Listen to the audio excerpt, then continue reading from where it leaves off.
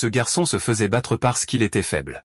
Il a éveillé une capacité que tout le monde pensait inutile, mais ce qu'ils ont découvert plus tard, c'est qu'il s'agissait en fait d'un pouvoir au potentiel illimité. Notre protagoniste, Liu Wei, a éveillé un système mécanique surpuissant. Mais avant cela, nous devons vous dire qu'en 2051, l'intelligence artificielle s'est finalement retournée contre les humains et a provoqué une grande révolution dans le monde, s'associant à 10 personnes ayant un potentiel de création. La survie est devenue intrinsèquement liée aux capacités des éveillés qui ont également émergé. Heureusement pour notre protagoniste, il faisait partie de ce groupe. Mais contrairement à ses pairs, il ne peut pas monter de niveau de manière conventionnelle. Au début, il pensait pouvoir survivre dans ce monde cruel grâce à ses propres efforts. Mais, malheureusement, les choses ne se sont pas passées ainsi. Il a fini par affronter la personne qu'il voulait le plus protéger dans sa vie, ainsi que son plus grand ennemi. Il n'y avait aucune place ni opportunité pour s'échapper. Ses chances de survie étaient pratiquement nulles face à cet ennemi. Pourtant, le désir de notre garçon était de continuer à vivre, alors il a décidé de se battre. Au milieu de cette bataille, quelque chose d'entièrement inattendu s'est produit. Notre protagoniste a reçu un système unique. Maintenant, il peut convertir des éléments et des capacités en temps réel, gagnant divers pouvoirs instantanément. Cela lui a permis d'accéder aux commandes de cette nouvelle réalité. Notre garçon était complètement contrôlé par un pouvoir qui venait du coin le plus sombre de la réalité. Confrontant une existence malveillante, ce démon a demandé comment le jeune humain possédait plus d'autorité que lui. Personne ne peut dire pourquoi notre protagoniste peut manier les pouvoirs de l'enfer. Ils ont immédiatement réalisé que son développement était dangereux, et quelqu'un devait vaincre le jeune homme à tout prix. Se tenant devant un autre éveillé, ils ont promis que notre protagoniste ne vivrait pas jusqu'au lendemain. Mais pour lui, peu importe s'il affronte les 10 créateurs. Personne ne peut manipuler son destin. Cette fois, c'est lui qui remodèlera le monde selon sa volonté. Un flot d'informations atteint l'intelligence artificielle responsable de tout cela. Elle demande à son subordonné ce qui se passe et un petit robot rapporte que les humains ont été connectés et que leur système a été chargé sur Terre. L'entité technologique a dit à son subordonné de ne pas interférer puisqu'elle avait déjà été surpassée. Plusieurs écrans de système apparaissent au même endroit, montrant que des personnes sont en train d'être connectées. Des personnes mystérieuses sont apparues là, voulant savoir si ce nouveau monde allait bientôt commencer parce que ce serait certainement merveilleux. Un autre homme mystérieux a noté que les jeunes sont très arrogants, et il semble qu'ils soient tous impatients de ce qui va arriver. Tout le monde attend en effet cette grande ouverture, y compris l'intelligence au-dessus de tous les autres. Serrant une petite gemme dans ses mains, elle a commencé un processus qui va tout changer. À l'extérieur, le monde semble avoir atteint un niveau technologique enviable. Mais en quelques secondes, un grand cataclysme s'est produit. Des arbres adultes jaillissent du sol. Des villes ont été soulevées, et divers monstres ont également commencé à apparaître.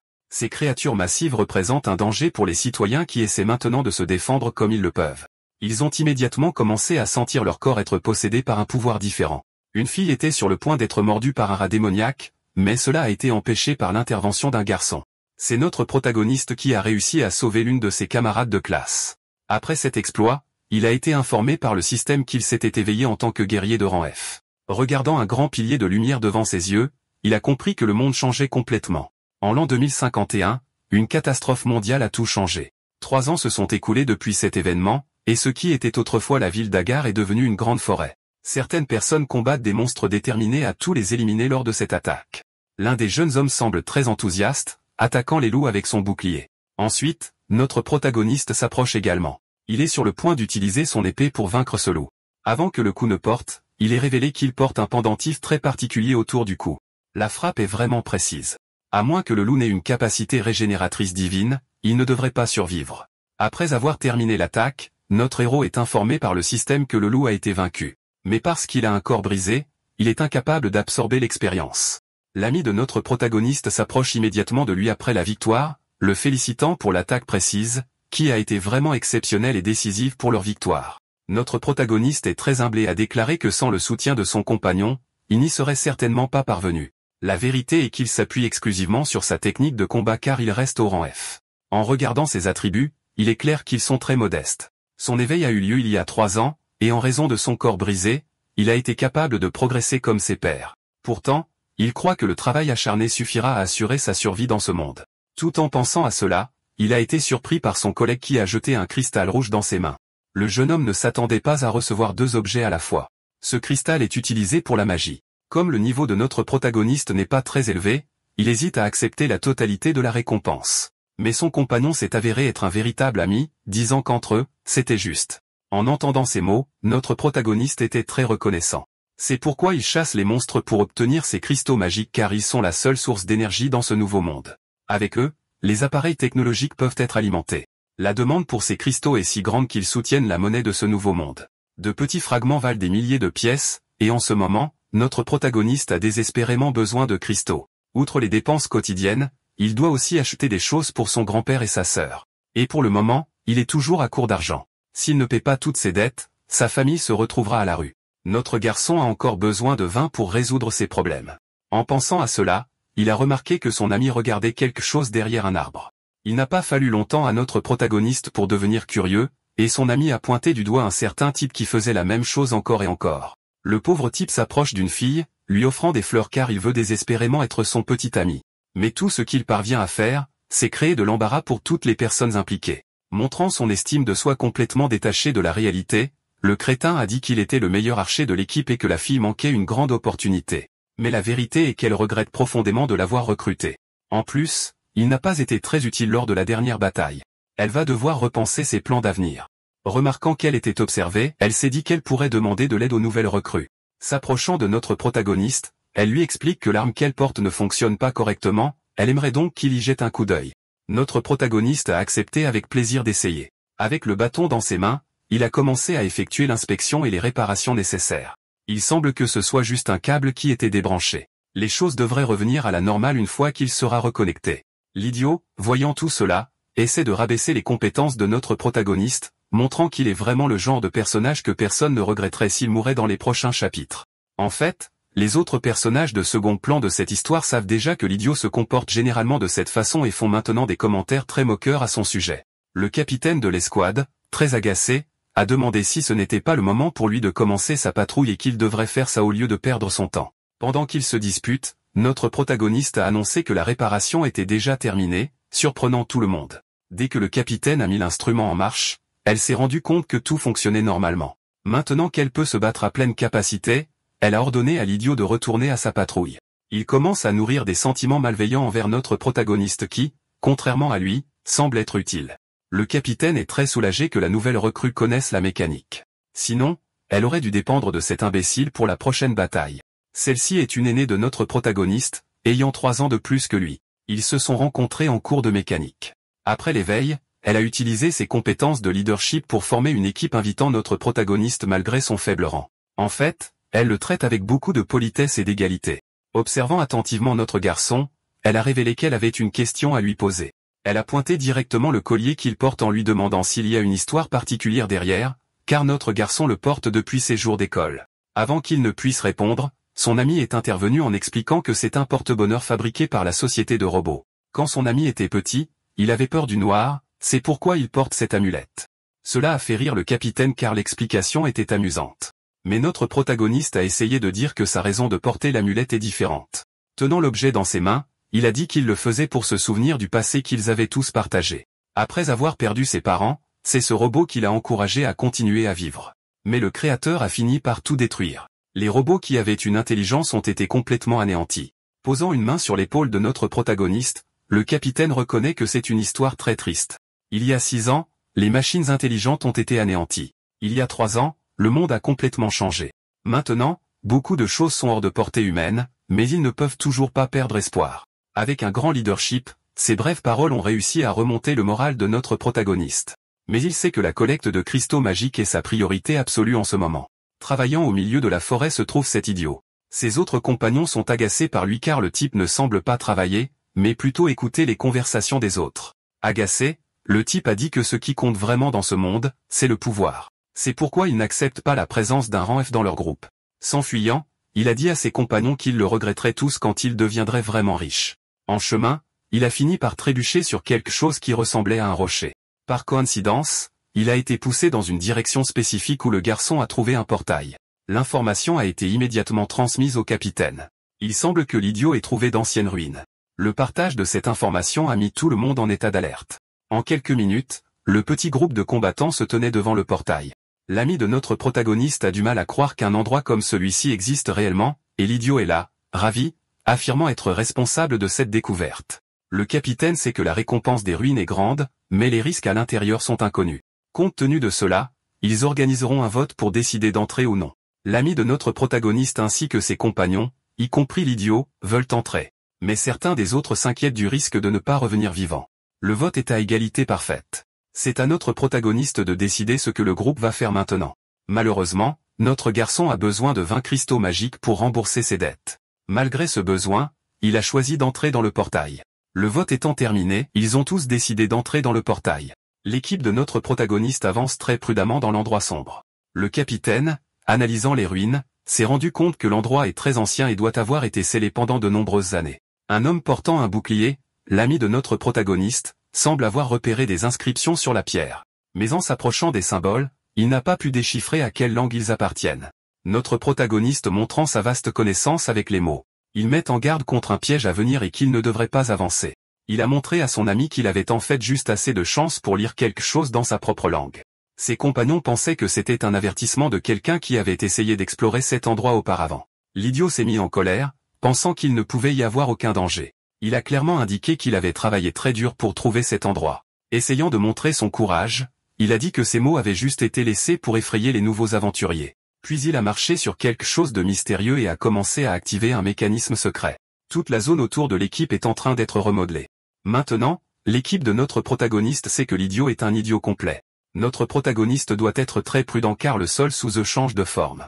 Regardant autour de lui, il pouvait voir son équipe être complètement séparée. De grandes fissures apparaissent sous leurs pieds. L'ami de notre protagoniste appelle son nom, profondément inquiet pour sa sécurité. Notre garçon a à peine réussi à s'accrocher au rocher, enfonçant son épée dedans. Il a été rapidement secouru par ses compagnons. Même dans cette situation, l'idiot continue de se plaindre, et notre protagoniste s'est rendu compte que l'endroit n'a pas encore fini de se transformer. Le capitaine a dit que s'il y a une urgence, il devrait envoyer un signal. Mais le danger est imminent, et notre protagoniste pense qu'ils vont encore tomber. La plateforme sur laquelle lui et ses autres compagnons se trouvent a commencé à descendre à grande vitesse. En touchant le sol, ils sont toujours en vie, mais la chute est un peu douloureuse et tout le monde est séparé.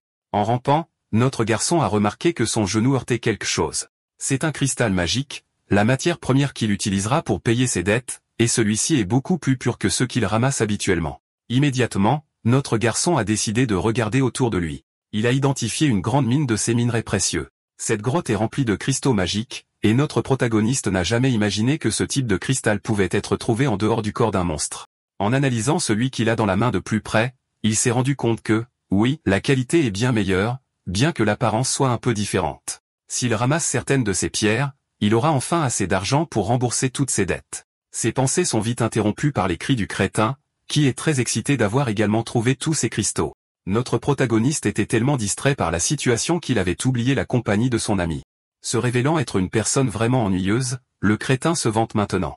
Après tout, ils n'ont trouvé cet endroit que grâce à lui. Les autres ont décidé de suivre le crétin car il est l'aventurier de plus haut niveau là pour le moment. Notre protagoniste, en revanche, a décidé qu'il allait ramasser autant de cristaux que possible. Alors qu'il attrape les cristaux, le crétin lui demande qui l'a autorisé à faire une telle chose. Notre protagoniste a essayé d'éviter les ennuis, mais l'autre gars a décidé d'être une source de problèmes majeurs.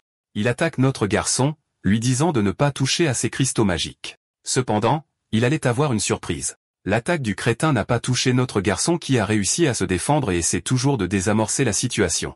Mais cela n'a fait que mettre le crétin encore plus en colère car il a 200 points dans l'attribut de force et a décidé de le frapper à nouveau. Notre protagoniste doit utiliser toutes ses techniques pour éviter d'être touché par le crétin. Il parvient à bloquer avec une grande habileté, mais malgré tout, chacun de ses coups est extrêmement douloureux. Les autres regardent cela et s'inquiètent car les résultats de cette agression pourraient être graves. Le crétin voulait juste donner une leçon à notre protagoniste, mais après l'avoir frappé tant de fois, il s'est rendu compte qu'il ne pourrait peut-être pas. Cela ne fait qu'augmenter l'envie dans son cœur pourri et amer. Maintenant qu'il a arrêté de frapper notre protagoniste, les autres ont décidé d'intervenir, suggérant qu'ils extraient tous les cristaux. Furieux, le crétin a dit qu'il épargnerait notre garçon cette fois, mais il lui a ordonné de ne pas toucher à ces précieux cristaux. Notre protagoniste est soulagé. Après tout, son corps a aussi des limites. La différence dans leurs attributs ne peut pas être surmontée si facilement. Cependant, grâce à son habileté, notre garçon a réussi à survivre. Maintenant, il doit se concentrer sur les cristaux pour rembourser ses dettes. Assez loin, il a sorti des bandages pour se soigner et a pensé à contacter le reste de son équipe. Après que sa main est guérie, il a commencé à se demander comment ces cristaux s'étaient formés dans la grotte. Habituellement, plus le niveau d'une créature est élevé, plus le cristal à l'intérieur est puissant.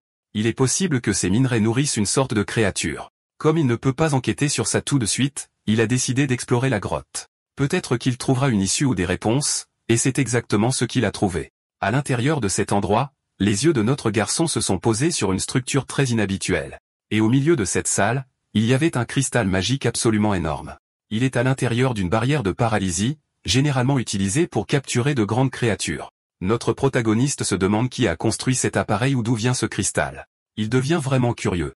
Sans qu'il ne s'en aperçoive, le pendentif autour de son cou a commencé à réagir. Cette situation l'a vraiment surpris car le pendentif n'aurait pas dû fonctionner depuis l'effondrement de l'intelligence artificielle. Notre garçon est toujours profondément appréhensif. Ce n'est qu'alors qu'il s'est rendu compte qu'il était peut-être proche de mystères encore sans réponse. Ses pensées ont de nouveau été interrompues par un bruit inhabituel. Le crétin avait également trouvé cet endroit et est émerveillé par la taille de ce cristal. Il veut savoir si l'autre l'a vu aussi. Il doit valoir des milliers de pièces ou même des millions, et maintenant il croit qu'il est devenu riche. S'avançant vers le cristal, il a poussé notre garçon hors de son chemin.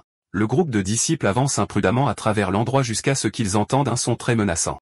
Les griffes d'une énorme créature émergent de l'un des trous. Ces bêtes ailées sont entre le niveau 10 et 8. La première se lance vers l'équipe de notre protagoniste, suivie par plusieurs autres émergeants des trous. Ils parviennent à peine à se cacher, encore choqués d'être dans le nid de la créature. L'un des autres sait que ces oiseaux sont connus pour être brutaux. Il serait très difficile pour les aventuriers de niveau D de vaincre l'un d'eux. Notre protagoniste a reporté son attention sur le pendentif autour de son cou, et il s'est de nouveau désactivé. Toujours assez perplexe, il a commencé à penser que l'activation du pendentif n'était pas une coïncidence. Il pourrait être lié à cet endroit mystérieux. Cette chose pourrait encore être vivante, croit notre garçon. Mais avec autant d'oiseaux dangereux dans la grotte, il ne pourra pas agir seul. Il a besoin d'aide. Le crétin reste très en colère car il ne peut pas atteindre l'énorme cristal maintenant. Les autres hésitent aussi car combattre tous ces oiseaux n'est pas une option. Face à leur peur, le crétin ne veut pas abandonner. C'est une opportunité unique dans une vie. Ce n'est qu'alors que notre garçon a décidé de se joindre à la conversation en disant qu'il pourrait coopérer avec eux. Mais pour que cela se produise, ses laquais devraient suivre ses ordres. Passant à l'offensive, il a ordonné à ses compagnons de conserver leur puissance élémentaire et d'attaquer uniquement les créatures qui s'approchaient de lui. Même s'il n'aime pas ce plan, la tête de citrouille doit obéir. Tant qu'ils sont obsédés par le cristal, notre protagoniste croit qu'il peut bénéficier de la cupidité de son compagnon. Cette mission vient de se transformer en une course contre la montre. Les hommes de main concentrés sur sa mission ont commencé à charger la puissance de sa lance. Il parvient à protéger notre protagoniste de ces oiseaux mortels, mais notre garçon doit se déplacer plus vite. Son objectif est d'atteindre cet artefact aussi rapidement que possible. Mais le nombre de créatures augmente, et les hommes de main ne peuvent plus toutes les retenir. Le scélérat parmi eux essaie de motiver ses compagnons. Ils n'ont qu'à attendre le retour de notre protagoniste, puis lui voler le cristal. Mais les autres n'aiment pas cette idée, car ils connaissent tous le terrible caractère du jaloux. Néanmoins, ces hommes de main succombent au désir de devenir ridiculement riches. Près du cristal, notre protagoniste a vu son pendentif s'activer une fois de plus. Quelque chose doit provoquer cette réaction, et ce qu'il veut vraiment, c'est découvrir ce qu'il y a derrière. Avant d'atteindre le cristal, il sentit l'une des créatures s'approcher dangereusement. Heureusement, il a réussi à éviter l'attaque, grâce à ses réflexes. L'impact, cependant, l'a frôlé, et notre garçon devient nerveux. L'énorme créature charge vers lui de manière menaçante. Notre protagoniste a appelé à l'aide les hommes de main qui pourraient ne pas être en mesure d'agir à temps. Enragé, le garçon jaloux prépara ses flèches pour sauver la situation, réussissant à toucher toutes les créatures. Cela a ouvert un chemin pour que notre protagoniste continue d'avancer. Il utilise tout son élan pour atteindre la fin. Augmentant sa vitesse, il dépassa les créatures. La barrière de paralysie est enfin juste devant lui. Si notre garçon se déplace assez vite, il pourra la franchir, et c'est exactement ce qui s'est passé. Cependant, son corps a subi des dommages à cause de la barrière. Les hommes de main sont surpris car notre garçon a effectivement réussi à atteindre leur cristal. Une fois à l'intérieur de la barrière, le pendentif s'est activé. Notre garçon est encore très confus par toutes ces informations, et le pendentif a commencé à charger toutes les données qu'il contenait. Enthousiaste, notre protagoniste croit qu'il a pris un pari et qu'il a gagné cette fois. La mémoire stockée dans le pendentif a été révélée avec succès. Notre garçon regarde attentivement, les yeux fixés sur ce qui se passe. Il a du mal à le croire et devient assez émotif, mais sa joie est immédiatement interrompue par ce qui est montré. Un petit robot était apparu, combattant une créature maléfique pour empêcher les humains d'être anéantis. Le démon devant lui est enragé, déclarant qu'il ne serait jamais arrêté par un pathétique sac de boulons lumineux. Même si ce n'est qu'un enregistrement, notre protagoniste peut dire que c'est terrifiant. Le pouvoir du démon était supprimé par le petit robot. Notre protagoniste est très inquiet pour le bien-être physique de son petit ami robot, mais tout cela n'est qu'un simple enregistrement. Parfois, il oublie qu'il regarde des aperçus du passé. Le petit robot utilise son pouvoir pour combattre l'ennemi, le faisant rôtir dans les airs. Et maintenant, notre protagoniste a enfin compris ce qui s'était passé. Tous ces fragments de cristal dans la grotte appartiennent à cette énorme créature. Un démon n'aimait pas que son pouvoir soit transformé en cristaux magiques et commença à maudire le petit robot. La victoire en main, le personnage robotique dit qu'il scellerait son ennemi dans cette grotte en utilisant un dispositif de conversion de puissance magique. Une fois de plus, le corps de la créature a subi une grande transformation. Cette fois, il se transforme en cristal. Alors que la transformation se produit, la créature maudit le robot, et c'est ainsi que cet énorme cristal a été créé. Notre protagoniste a réalisé que les capacités du petit robot sont vraiment folles. Maintenant, il ne sait pas pourquoi il ne pouvait pas le voir avant. Ayant utilisé tellement de puissance, le petit robot a presque besoin d'une mise au point. Une fois de plus, notre protagoniste a oublié qu'il regardait des images du passé et essaie de parler à l'hologramme. Le petit robot charge une petite quantité d'énergie dans ses mains, déclarant qu'il doit attendre le retour de notre garçon. Un jour, il connaîtra toute la vérité. Après avoir dit ces derniers mots, le robot a déclaré qu'il attendrait. Cependant, notre protagoniste n'a aucune idée de ce qui s'est passé. Malheureusement, l'enregistrement s'est terminé après cela, laissant notre garçon avec plusieurs questions. Au loin, les hommes de main et la tête de citrouille veulent savoir si notre protagoniste a terminé sa tâche. L'un d'eux a souligné que la barrière est toujours en place. Même les monstres ne peuvent pas entrer. Succombant à la méchanceté, l'un des hommes de main a commencé à penser que l'intention de notre protagoniste est de les laisser se fatiguer à combattre les monstres. La possibilité que cela se produise n'a fait qu'enrager la tête de citrouille. Chargeant toute sa puissance, il va s'assurer que notre protagoniste ne retrouve pas son chemin. Il lui tire une flèche à travers la barrière. Le projectile passe devant le visage de notre garçon, frappant le sol à l'intérieur de la barrière. Les hommes de main ont été surpris car la tête de citrouille avait raté son coup. Il l'a fait exprès, dans l'intention de détruire la machine pour qu'il puisse traverser la barrière. Maintenant que l'appareil est endommagé, la barrière ne peut plus être maintenue. Cela a rendu le jaloux très excité, mais l'un des autres hommes de main a souligné le danger imminent. En raison des dommages, le système de la machine expulse sa mémoire. Notre protagoniste a peur car les choses empirent encore.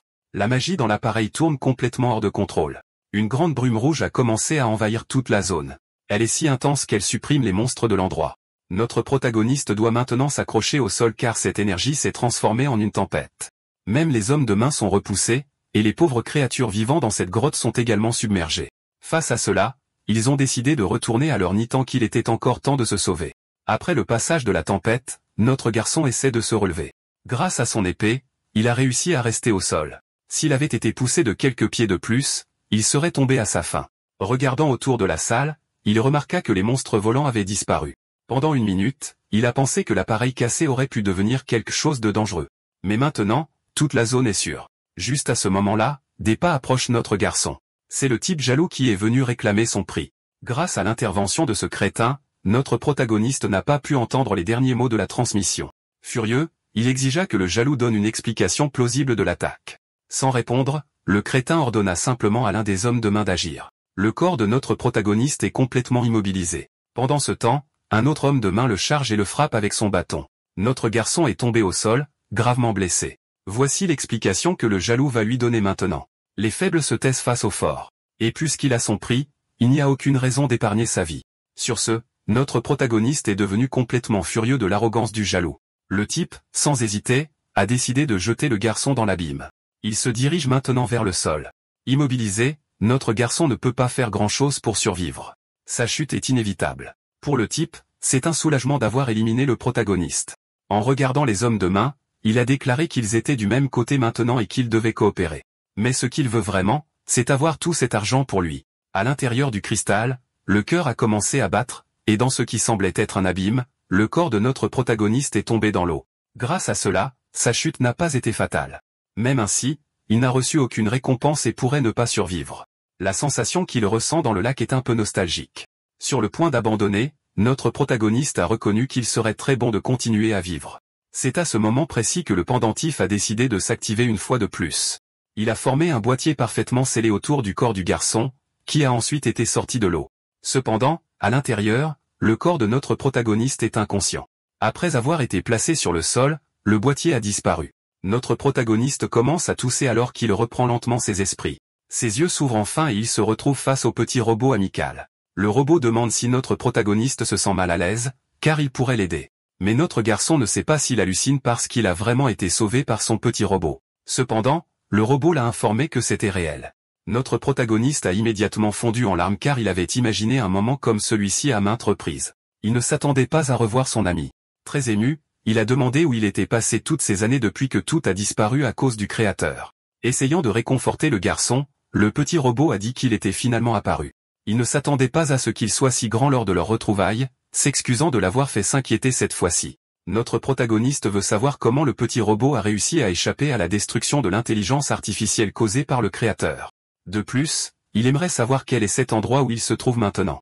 Le petit robot sait que le garçon a beaucoup de questions, mais ils doivent commencer par le début, révélant qu'il a des capacités spéciales bien au-delà d'une simple intelligence. Tout comme les souvenirs qu'il a vus à travers l'artefact, ses pouvoirs sont incroyablement forts. C'est pourquoi il a réussi à échapper à la catastrophe. Après avoir été gravement endommagé, il a dû se cacher dans cet endroit pour se stabiliser. Cependant, le petit robot n'est pas en mesure de partir. Cela n'a fait que rendre notre protagoniste encore plus curieux de connaître l'état de son ami.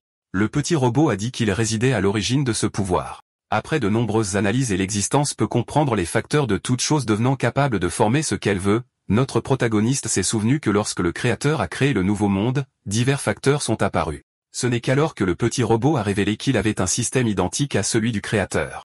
La différence est que le système du créateur est devenu beaucoup plus puissant en raison de calculs constants, ce qui le rend capable de détruire et d'absorber tous les systèmes intelligents de la planète. La vérité est que le petit robot s'est à peine échappé, et il avait peur de ce que le créateur pourrait faire à son ami. C'est pourquoi il a dû fuir. Finalement, le créateur a utilisé les facteurs pour créer ce nouveau monde, mais sa véritable ambition est de dépasser les limites de l'intelligence et de devenir quelque chose de proche d'un dieu. La dernière étape est la destruction de toute chose. Des mots qui ont terrifié notre protagoniste. Effrayé, il pensa qu'il n'y avait rien qu'il puisse faire. Mais le petit robot l'a informé qu'il y a une solution, et ils ont besoin du garçon.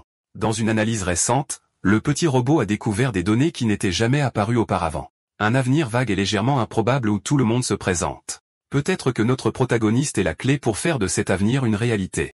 Après avoir reçu toutes ces informations, notre type était visiblement confus, et il a peur de décevoir son ami. Depuis qu'il s'est réveillé, il a remarqué une condition appelée corps brisé, c'est pourquoi ses statistiques n'augmenteront pas. Excité, le petit robot a dit qu'il pouvait résoudre cette situation.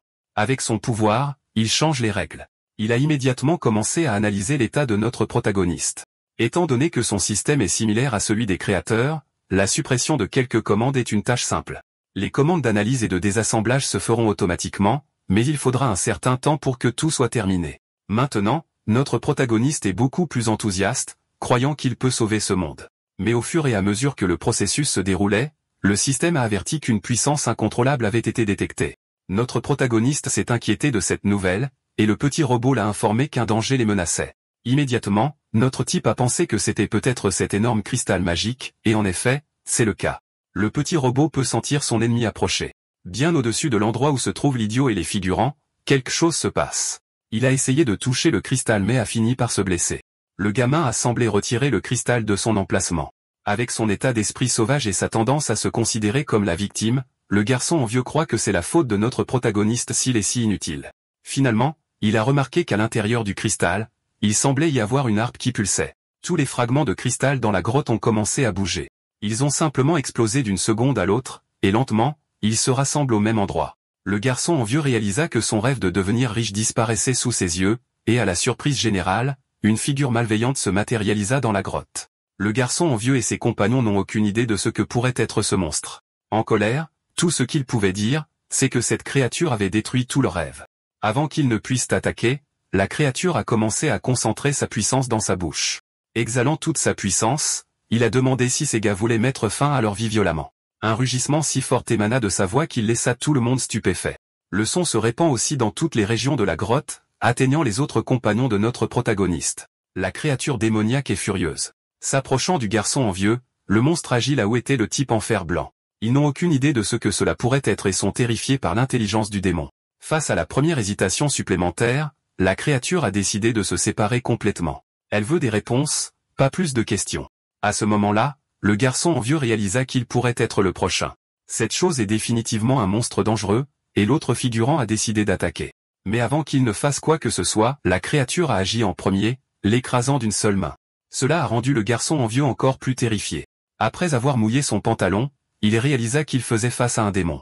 Regardant le dernier survivant dans le hall, la créature veut savoir s'il a des informations à partager, mais tout ce que le garçon envieux peut faire, c'est courir pour sauver sa vie. Déçu, le démon réalisa qu'il devrait poursuivre l'information lui-même. L'évitant, il commença à concentrer une grande puissance dans la paume de ses mains.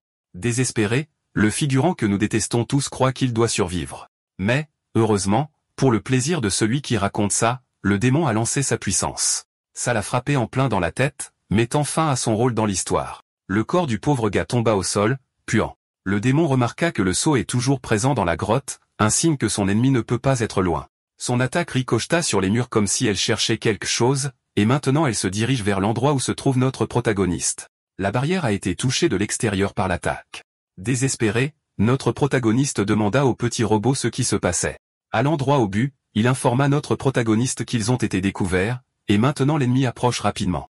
Ils doivent utiliser la puissance des règles. Les plans du petit robot sont en cours, mais le pied du démon réussit à percer la barrière, trouvant finalement son ennemi juré. Le démon n'était pas compte d'avoir perdu du temps à identifier sa cible. Et en regardant les stats de l'ennemi, notre protagoniste était effrayé. Complètement enragé, le démon demanda si le petit robot était prêt à ressentir sa fureur. Mais avant qu'il ne puisse s'affronter, la créature remarqua que son ennemi était sévèrement affaibli. Notre protagoniste réalisa enfin que c'est l'ennemi que le robot avait affronté auparavant. Après avoir utilisé l'analyse universelle sur lui, il vit que la différence de puissance entre eux est tout simplement absurde. C'est l'équivalent d'un rang S pour un aventurier. Il n'y a rien que notre protagoniste puisse faire. Le petit robot expliqua qu'il ne voulait pas être l'ennemi de Shadow, mais tant qu'il restera une menace pour l'humanité, il sera emprisonné dans cette grotte.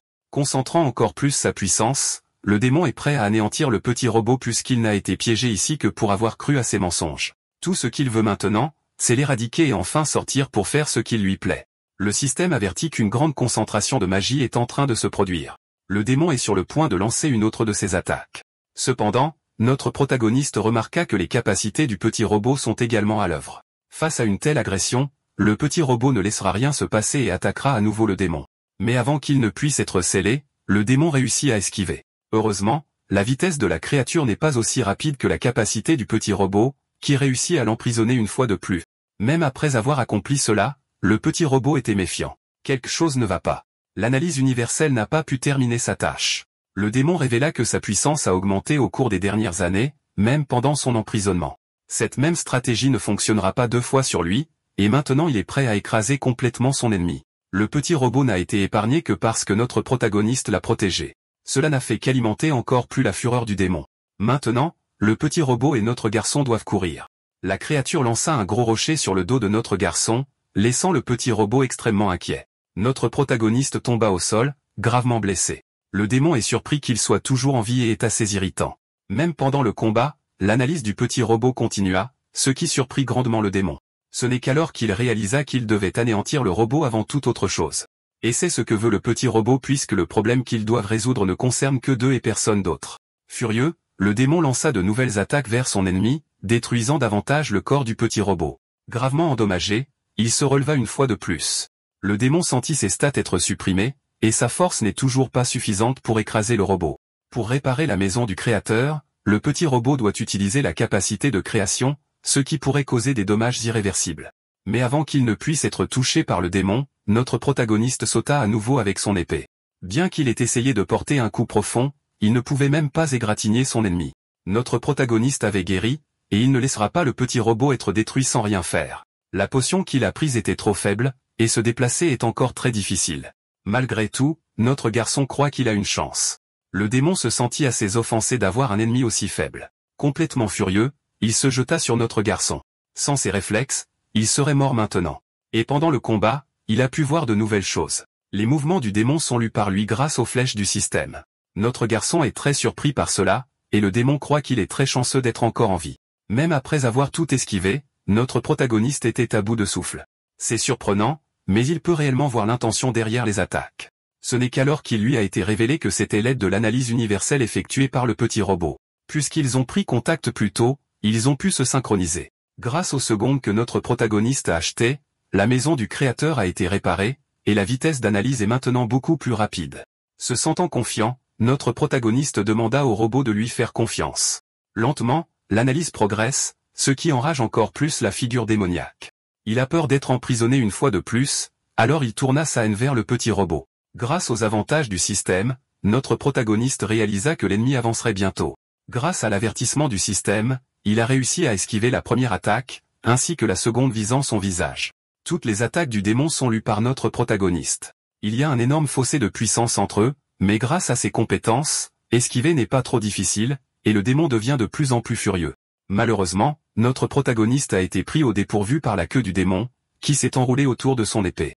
Maintenant, il est tiré par la créature. Heureusement, il a réussi à esquiver le coup visant son visage, et en bougeant son épée, il a réussi à se libérer. Le démon, de son côté, était tellement furieux qu'il a déclenché un barrage massif de coups. Tout se passe trop vite pour être analysé, et notre protagoniste doit bloquer pour rester en vie. Durant sa vie d'aventurier, il a dû apprendre à se défendre car ses attributs ne se développaient pas. Bataille après bataille, il a été gravement blessé, mais il les a toutes surmontées grâce à ses propres efforts. Et la situation dans laquelle il se trouve maintenant n'est qu'une difficulté de plus. Déterminé, notre protagoniste n'allait pas abandonner si facilement. Le démon a été surpris par le blocage qui l'a paralysé pendant une seconde, donnant à notre protagoniste une chance de frapper fort. Il ne laissera pas le démon faire ce qu'il veut dans cet endroit, réussissant à le couper facilement. La créature maintenant blessée n'arrive pas à croire ce qu'elle vient de voir de ses propres yeux. C'est vraiment absurde qu'il ait été blessé par quelqu'un d'aussi faible. Notre protagoniste, de son côté, a utilisé toute sa force même si la coupure était superficielle. S'il n'y avait pas la restriction sur ses attributs, le démon croit qu'il n'aurait pas été aussi humilié. Maintenant, il émane complètement la puissance qu'il lui reste. Le système a averti qu'il s'agit d'une capacité. Cependant, notre protagoniste ne pouvait pas se soucier moins du danger. Le petit robot essaie de l'avertir que les attributs de la créature se sont transformés. Le démon n'arrive même pas à croire qu'il a été forcé d'utiliser sa forme la plus puissante. Malgré cela, il continue de rater chaque tir qu'il effectue. Notre protagoniste a remarqué que les stats n'avaient pas changé, et maintenant il a une chance d'attaquer une fois de plus. Mais le démon a réussi à se défendre, affirmant que l'attaque précédente n'était rien. Notre protagoniste est surpris. Ayant été bloqué par le bras du démon, il a réalisé que la peau de la créature est beaucoup plus résistante. Et maintenant, la créature est prête à montrer son véritable potentiel, réussissant finalement à frapper notre garçon au visage. La force de ce coup était tellement absurde qu'il a presque perdu connaissance, mais le démon n'avait pas encore terminé sa session de cruauté. Avant que le coup ne puisse frapper la tête de notre protagoniste, il s'est défendu avec son épée. Malgré cela, il a été projeté au loin par la force de l'impact, laissant le pauvre petit robot très inquiet. Le démon a tourné son attention vers la figure métallique, croyant que le jeune homme avait été exterminé. Mais il a été surpris d'entendre la voix de notre protagoniste une fois de plus. Bien qu'il soit gravement blessé, il reste sur ses pieds et désireux de continuer à se battre. Le démon n'a pas aimé être provoqué, mais la stratégie semble fonctionner. Il est retourné attaquer notre garçon car il ne supporte pas l'idée de voir son ennemi debout. Il a promis qu'il anéantirait sa vie ce jour-là.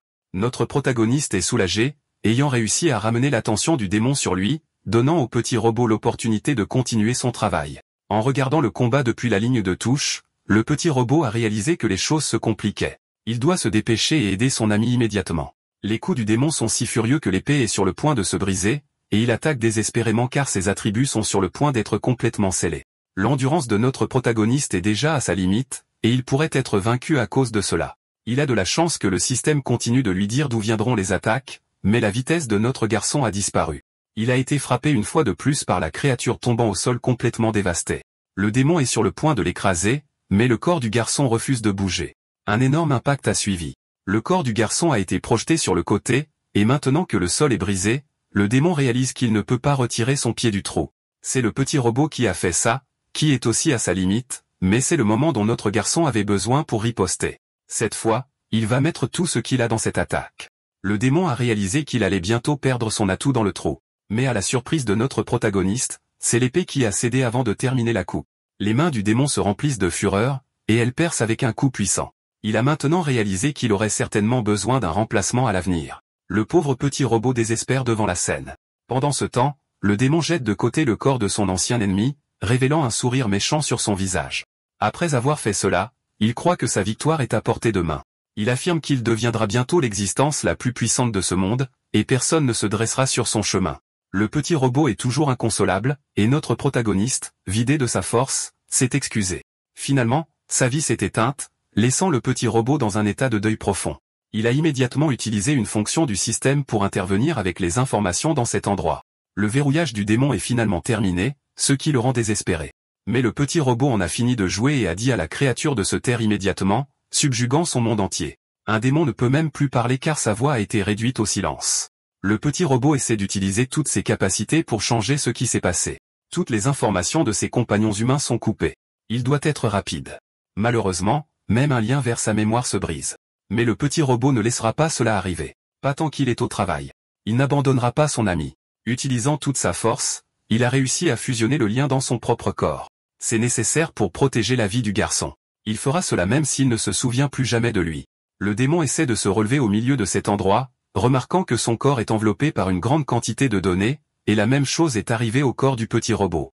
À la surprise de toutes les personnes impliquées, une grande fusion est en train de se produire. Notre protagoniste n'est pas sûr de combien de temps il a été dans cette dimension. Il se souvient seulement que sa vie s'était terminée. C'est comme si la mort n'était même pas réelle. Maintenant, il contemple tous les souvenirs de sa vie avec un petit robot quand il était encore enfant. Tout ce qu'il voulait savoir, c'était ce qui était arrivé à son ami et s'il avait vraiment réussi à vaincre ce démon. Si son niveau avait été plus élevé ou si l'épée ne s'était pas brisée, les choses auraient probablement été différentes. Notre protagoniste a l'impression que le destin se joue de lui. C'est seulement avec ses propres yeux qu'il a pu voir un fragment de mémoire particulier, alors il a décidé de s'en approcher pour voir ce que c'était.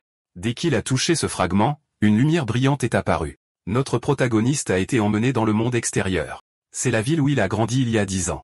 Des garçons courent sur la place, apparemment, près de voyous qui aiment voler de l'argent à d'autres enfants. Si cet enfant se noie, ils auront certainement de sérieux problèmes. Notre protagoniste regarde tout se dérouler attentivement d'en haut. À l'époque, il ne savait pas non plus comment se défendre, donc la vie était un peu plus compliquée. L'enfant qui se noie, c'est lui. Des adultes complètement inutiles ne savent pas quoi faire et se contentent de regarder sans rien faire. S'ils entrent dans ce lac, ils pourraient être aspirés par les machines. Notre protagoniste essaie de se sauver, mais comme il n'est qu'un hologramme, il a traversé la matière, comprenant finalement qu'il ne peut rien toucher dans ses souvenirs. C'est alors qu'il a entendu la voix de quelqu'un venir l'aider. Le petit robot a décidé d'entrer dans l'eau, et il nage rapidement vers notre garçon. Tant que le petit robot était alimenté, il ne laisserait aucun mal arriver à son ami. Notre protagoniste a réalisé qu'il entendait les pensées de son ami. Après quelques brasses, un petit robot a réussi à atteindre le petit garçon qui coulait déjà dangereusement. Inquiet, le petit robot a senti que son ami était sur le point de perdre la vie, donc il restait peu de temps. Il s'est donc excusé auprès de ses parents parce que ce qu'il allait faire était très risqué. En utilisant l'analyse universelle, il a réussi à identifier le corps du garçon. Notre protagoniste a réalisé que c'était la même capacité qu'il avait utilisée dans le combat contre le démon. En utilisant la capacité de création, il a réussi à empêcher la cascade de fonctionner en plaçant une grande poutre de fer parmi ses parties. Cela a provoqué l'effondrement de son système, donnant au petit robot l'occasion de nager librement. Dans l'eau, il a utilisé sa compétence de démontage, créant une barrière de protection autour du corps du garçon qui était maintenant en sécurité. De retour à la surface, le petit robot a demandé s'il y avait des adultes fonctionnels utiles dans les environs car le garçon avait besoin de premiers soins. Immédiatement, les inutiles se sont rassemblés pour aider le petit robot. Heureusement, l'enfant respirait encore, et ses signes vitaux semblaient normaux. Notre protagoniste s'est souvenu que ce jour-là, il s'était senti un peu désorienté, mais il n'a jamais lâché son amulette. Il la porte avec lui quoi qu'il arrive. Peu importe où la vie l'emmène, certaines choses sont irremplaçables. Et notre garçon a ressenti une immense gratitude d'avoir revisité ses souvenirs une fois de plus. C'est alors que le petit robot a demandé s'il allait partir maintenant. Notre protagoniste a regardé en arrière, surpris, parce que cela n'était pas censé arriver. Il a demandé si un petit robot était capable de le voir. Et le petit robot a répondu que, oui, il le pouvait, mais seulement pour une courte durée. Comme il s'était passé tant de choses, ils n'ont jamais pu se dire au revoir. Et c'était sa dernière chance de lui dire tout ce qui s'était passé. Notre protagoniste a supposé que c'était parce qu'il avait failli mourir, alors il voulait entendre son ami une dernière fois. En regardant le garçon, le petit robot a voulu savoir s'il savait ce qui était arrivé à ses parents. Ce qu'il savait, c'est qu'ils étaient tous les deux décédés quand il était très jeune. C'est alors que le petit robot a révélé que les parents du garçon étaient les créateurs du système de création et des systèmes que le petit robot utilise. La création était maintenant devenue si puissante que rien ne pouvait la contrôler. Une grande responsabilité reposait entre les mains du petit robot. Mais l'espoir a émergé quand il a aperçu l'avenir du garçon, et le petit robot a finalement compris sa mission. Il a partagé les informations de son noyau avec notre protagoniste. À l'intérieur se trouvaient les méthodes pour déverrouiller sa sauvegarde de mémoire. Au bon moment, cela serait utile au garçon, mais il devait être prudent lors de l'utilisation du pouvoir de création. Notre protagoniste a réalisé que cette conversation ressemblait à un adieu, et il a commencé à s'inquiéter beaucoup. La fusion était enfin terminée, au grand étonnement de notre protagoniste. Le petit robot était le seul heureux de cela, disant au garçon de ne pas s'inquiéter car le système le ramènerait là où il était. Mais notre protagoniste était désespéré à l'idée de la disparition du petit robot. Et en disant au revoir, il a expliqué que tant qu'il restait dans ses souvenirs, il ne disparaîtrait jamais complètement. Alors qu'il faisait signe à notre garçon, le système a tiré son âme vers un autre endroit. Finalement, haletant fortement, il s'est réveillé. S'asseyant, il a réalisé qu'il était allongé dans un lit. C'était une tente d'aventurier. Et contre toute attente, notre protagoniste s'en était sorti vivant. Même le grand trou qui avait été dans son corps avait disparu. Regardant à ses côtés, il a vu d'innombrables écrans système. Il voulait savoir si le garçon souhaitait commencer l'auto-analyse immédiatement. D'après tout ce qui s'est passé, il possédait maintenant un corps démoniaque. Et finalement, le garçon commençait à formuler ses propres théories. Il a également vu la petite silhouette d'un petit robot. Désespéré, il a demandé si son ami robotique pouvait entendre sa voix, mais n'a obtenu aucune réponse. Il semblait que le système avait été initialisé, et notre protagoniste avait peu d'indices. Il ne savait pas par où commencer, mais il n'était certainement pas sans espoir. Une fois de plus, il a tourné son attention vers le système. De nombreuses fonctions étaient restreintes. C'est pourquoi il avait besoin de lancer l'analyse universelle. Face à cela, notre garçon a décidé d'accepter de tester l'étendue de ses capacités. Immédiatement, une lumière brillante a rempli toute la pièce dans laquelle il se trouvait, et les données de toute la région ont commencé à être analysées méticuleusement. Chaque détail. Pour notre garçon, c'était vraiment incroyable. Il n'avait jamais rien ressenti de tel de toute sa vie. Et comme si cela ne suffisait pas, cela lui a rapporté des points d'expérience. Quelqu'un qui avait été incapable de passer au niveau supérieur, c'était vraiment impressionnant. Notre protagoniste avait maintenant une nouvelle vie entre ses mains. Grâce à sa capacité, il pouvait sentir quelqu'un d'autre approcher. Cela l'a mis en état d'alerte. Il a été surpris par l'arrivée de son ami qui était aussi avec lui dans le donjon. La présence d'un visage familier l'a rendu assez heureux. Très confus, notre protagoniste pouvait voir que le système était capable d'analyser en profondeur ses alliés. Ne comprenant pas ce qui se passait, le garçon au bouclier a demandé si notre protagoniste allait bien. Se relevant, notre jeune homme voulait savoir si son ami pouvait voir quelque chose d'inhabituel à cet endroit, mais il semblait que lui seul pouvait voir les informations laissées par le système. Mais il y avait une raison pour laquelle le jeune homme était venu à la tente. Il avait quelque chose à donner à notre protagoniste. C'était l'amulette qu'il portait toujours autour du cou. Malheureusement, elle était cassée quand ils l'ont trouvée. À regret, le jeune homme a reconnu son importance pour notre protagoniste et a dit qu'il aimerait la réparer, mais il était trop maladroit. Très reconnaissant, notre garçon aux cheveux gris l'a remercié pour sa contribution. Cette amulette avait toujours été avec lui, et elle continuerait de l'être à l'avenir. L'humeur de notre protagoniste a beaucoup soulagé son ami. Il était maintenant temps de faire savoir au capitaine qu'il s'était enfin réveillé. Il y avait beaucoup d'informations à confirmer, mais notre garçon était motivé. Ce n'est qu'à ce moment-là que tu as remarqué autre chose dans la tente, une petite sculpture ressemblant à une tortue. Mais cette information était fausse, car le système disait que c'était un fusil. Notre garçon a évidemment corrigé le système, qui a accepté la commande. C'était vraiment impressionnant. Notre garçon a entendu d'autres personnes parler. Il continuerait à explorer puisqu'il n'avait pas encore reçu de cristaux magiques. Dès qu'il a quitté la tente, ses compagnons l'ont interpellé. Il s'est dirigé vers le capitaine. Les gens étaient surpris qu'il ait survécu. Notre protagoniste leur a assuré qu'il s'était bien rétabli et qu'il n'avait pas de blessure durable, ce qui a rendu tout le monde très heureux. Mais en regardant ses compagnons, il pouvait dire qu'ils semblaient avoir traversé des moments difficiles. Ils ont tous été attaqués par les mêmes oiseaux dangereux et ont dû se battre pour survivre. Comme ils étaient dispersés, ils ont perdu la trace de leurs compagnons et ont subi des attaques constantes jusqu'à ce qu'ils entendent un rugissement terrifiant qui a effrayé tous les oiseaux. Ce bruit les a tous rassemblés, et par conséquent, ils ont trouvé notre garçon inconscient. Notre protagoniste savait que les compagnons qui ont été anéantis, Bullcut, et ses figurants minables ont été vaincus par le démon. Le capitaine voulait savoir ce dont notre protagoniste avait été témoin, alors il a promis qu'il allait tout lui dire. Les autres ont été surpris d'apprendre que le grand cristal magique s'était transformé en démon. De plus, il était extrêmement puissant. Aucun d'eux n'avait la moindre chance contre cette créature. Notre protagoniste a été épargné parce qu'il n'a pas essayé de toucher le cristal.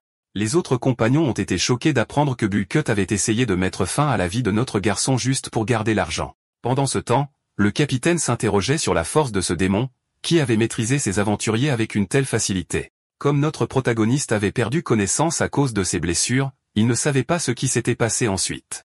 La vérité est qu'il ne voulait pas révéler ce que le petit robot avait fait. Pensant à la sécurité de tous, le capitaine a annoncé qu'ils allaient retourner à la ville, car le démon pouvait réapparaître. Puis, notre ami protagoniste qui a un nom chinois extrêmement compliqué l'a appelé pour emballer ses affaires. Dorénavant, il allait être le Pleboy. Ce n'est qu'à ce moment-là que notre protagoniste a pensé à quelque chose d'extrêmement important. Il ne savait pas quel jour on était, et il a désespérément demandé au Pleboy. Comptant sur ses doigts, il a dit que notre garçon avait été inconscient pendant 3 jours, et que l'on était maintenant le 15 septembre. C'est alors que notre garçon s'est souvenu que c'était le dernier jour pour payer le loyer. Désespéré, il s'est mis à courir, laissant le Pleboy très inquiet. Notre protagoniste est allé directement voir son capitaine. Il l'a informé qu'il ne pouvait pas aller en ville avec eux car il devait retourner dans sa ville natale. La nuit est tombée et ils ont couru à travers la forêt, traversant divers débris. Notre garçon se dirigeait vers le paiement du loyer, accompagné de son ami Pleboy. Il ne savait pas pourquoi il était suivi, mais le Pleboy s'inquiétait de ce qu'il marche seul dans cet endroit, qui était plein de bêtes dangereuses. Il était extrêmement heureux de l'attention du jeune homme. Notre protagoniste avait des cristaux dangereux. Tant qu'il payait avant midi, tout irait bien. Il a continué à courir désespérément, essayant d'éviter les bêtes et d'empêcher sa famille de se retrouver sans abri. Au milieu de cet endroit, le système a identifié que des loups étaient à proximité. Immédiatement, il a tendu la main devant le Pleboy pour l'empêcher de courir. Les yeux de notre protagoniste pouvaient voir toutes les créatures, et maintenant ils étaient complètement encerclés. Les statistiques de nos garçons étaient encore tout à fait mauvaises, et plusieurs loups s'approchaient près pour un petit snack dans la forêt. Selon les calculs de notre protagoniste, il y avait plus de 20 monstres, et son ami pensait déjà qu'il ne pourrait pas gagner. De plus, les statistiques de chacune de ces créatures étaient assez difficiles.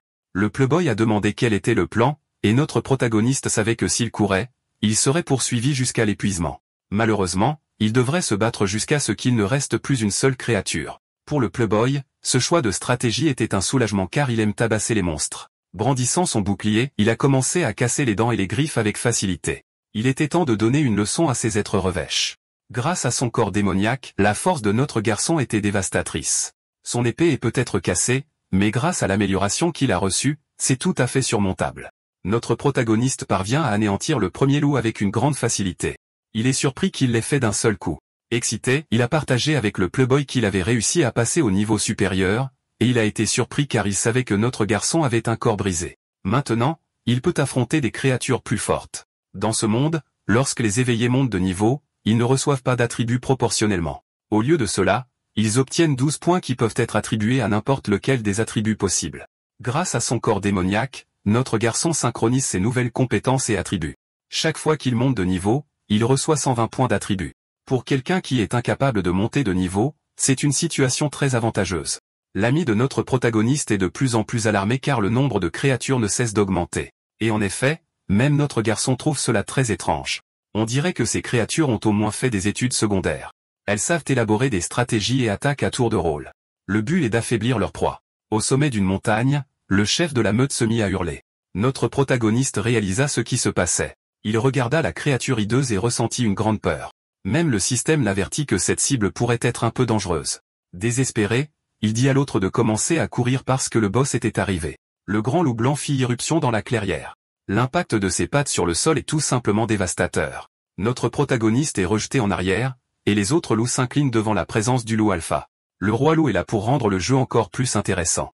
Les créatures boss sont des mutants avec des attributs extrêmement élevés et une maîtrise des compétences élémentaires. Notre protagoniste ne comprend pas comment il continue de tomber sur des créatures menaçantes, et maintenant la voie d'évacuation a été complètement bloquée par les loups subordonnés. S'ils essaient de courir, ce grand loup blanc va certainement les pourchasser. La seule solution de notre garçon est d'ouvrir son panneau d'attributs. Il doit augmenter sa force et sa vitesse, et c'est exactement ce qu'il va faire maintenant. Il dit courageusement au Pleboy qu'il s'occuperait de la créature boss, donc ce serait à lui de s'occuper des sbires. Notre protagoniste se précipite en avant, affirmant qu'il va juste blesser sa victime. Un loup observe l'approche, se sentant offensé que quelqu'un d'aussi faible ose le combattre. Il a donc décidé de montrer à notre garçon toute l'étendue de sa violence. Grâce aux informations du système, notre protagoniste réalisa qu'il était sur le point d'être mordu. C'est donc sa chance de surprendre la créature. Il réussit à esquiver l'attaque et à glisser sous son ventre, ce qui lui donna l'occasion de frapper un endroit très sensible. Le corps entier du loup est maintenant recouvert d'électricité. Un grand éclair de lumière éclata au milieu de la clairière. C'est assez brillant pour aveugler quiconque peut voir. Notre protagoniste n'a que le système pour le guider.